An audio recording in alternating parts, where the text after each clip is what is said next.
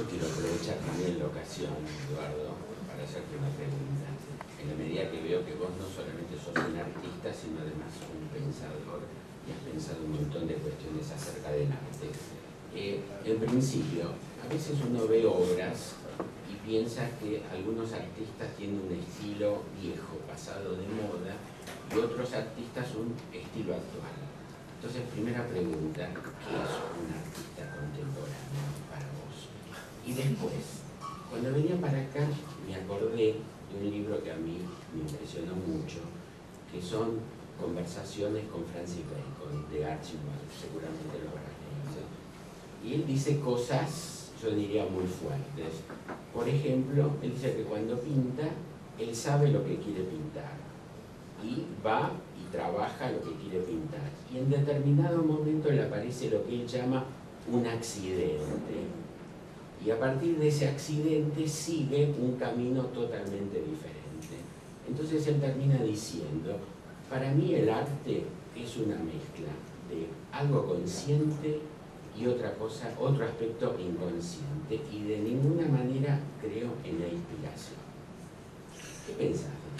Nada menos que eso. Bueno, en principio lo de Bacon tomo la segunda porque yo creo que hay una especie de idea del arte como lapsus, en el sentido de que vos trabajás presuntamente con una determinada lógica y control y con una cierta, entre comillas, conciencia, ¿no? Hasta donde esa palabra es, digamos, utilizable, y con un cierto saber, también con toda la relatividad que hemos examinado antes. Y de repente sucede el accidente. Yo creo que uno produce el accidente, es decir, no lo produce de una manera deliberada, sino más bien como lapsus, es decir, uno sabe que en algún momento va a trastabillar. Uno sabe que va caminando y en algún momento va a trastabillar. Ahora, no sabe en qué momento va a trastabillar, ni sabe cómo va a trastabillar, si se va a romper la cabeza o si va a ser simplemente una especie de tropezón o una pequeña alteración en la marcha. Pero creo que ahí está la cuestión, digamos, ¿no? Cualquiera sea esa alteración, eso va a suceder, digamos, ¿no? Entonces, pero la gran paradoja es que uno no puede pensar en nada más que en que eso va a suceder, que es como sentir una especie de presentimiento, una especie de precognición. Uno tiene una especie de relación medio domésticamente mediúnica con la cuestión que está haciendo. Uno sabe que algo le va a pasar, que viene de otro lado y va hacia otro lado, digamos, ¿no? O sea, nunca es una cuestión formal. Entonces Bacon de algún modo traduce eso, ¿no? Dice, y creo que lo que sucede es que hay que diferenciar un poco los pintores que trabajaban con una especie de imagen previa. Digo, Bacon es un tipo que trabajaba la escena construida a partir de una especie de pre-concepto de la escena, dado que su figuración venía de Edward Muybridge y de determinadas otras figuraciones, la figuración clásica, la escultura griega, además de la cuestión de la carnalidad y de todo lo que ya sabemos.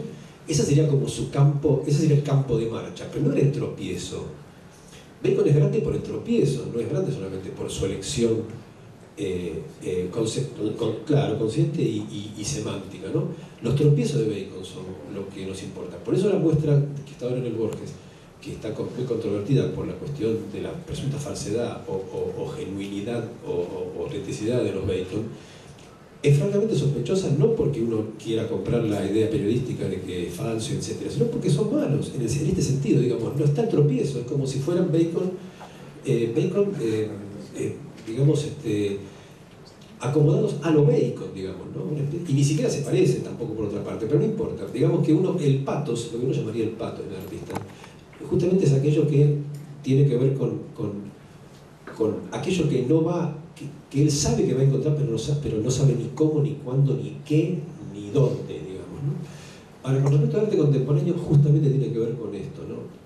Yo no tengo más remedio que pensar que cuando describimos a Bacon, describimos un artista anacrónico para lo que serían los estamentos de arte contemporáneo, en el sentido de que el arte contemporáneo es un arte completamente seguro de sí mismo, y es un arte sin crisis, en el sentido de, no, y lo digo también sin moral, no digo que deba haber crisis, lo que digo es que fenoménicamente el arte contemporáneo como género, yo creo que el arte contemporáneo es un género, se lo puede tipificar de algún modo, más allá de la diferencia de los artistas, es un arte sin crisis, en el sentido de que la crisis ha sido excluida del campo experiencial más allá de que los artistas tengan crisis personales, que eso nunca importa, digamos. Nosotros estamos acostumbrados a unificar las crisis personales con las crisis conceptuales, digamos, ¿no? Digo, si Picasso era un genio y le pegaba a las mujeres, digamos, podemos diferenciar perfectamente la luminosidad de Picasso y su oscuridad como persona, digamos, ¿no? En ese caso podemos. Ahora, normalmente se mezclan completamente las crisis personales con las crisis conceptuales. Y me parece que la cuestión es haber excluido como programáticamente la cuestión de la crisis conceptual. Entonces me parece que el artista contemporáneo sería aquel que se ve a sí mismo como en completo dominio de su área, ¿no? Como una persona que tiene un área y la tiene perfectamente dominada. Y aquellas cosas que no domina no importa porque domina suficientemente mandatariamente ciertos estamentos que permiten que haya cosas en cierto sentido fuera de su dominio.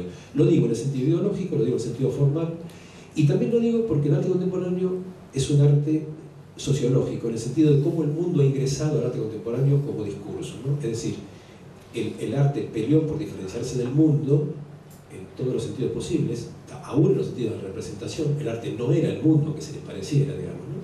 Y ahora me parece que el arte se parece bastante al mundo que refleja, en el sentido de que la forma artística está sometida al discurso de connotación, al discurso connotado, ¿no? Entonces hay muchos artistas, extraordinarios artistas, ojo, que sin embargo tienen una presencia, un imago mundi, como diría Giorgio Noé, muy impregnada de las características del mundo, no de la cierta artificialidad del arte.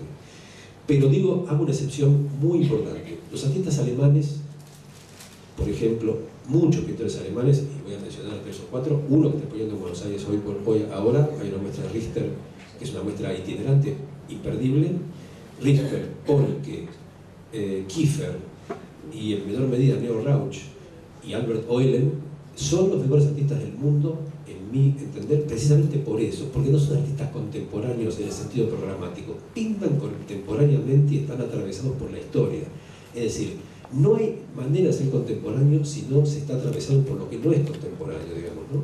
En el sentido de que el artista alemán, probablemente por la historia alemana,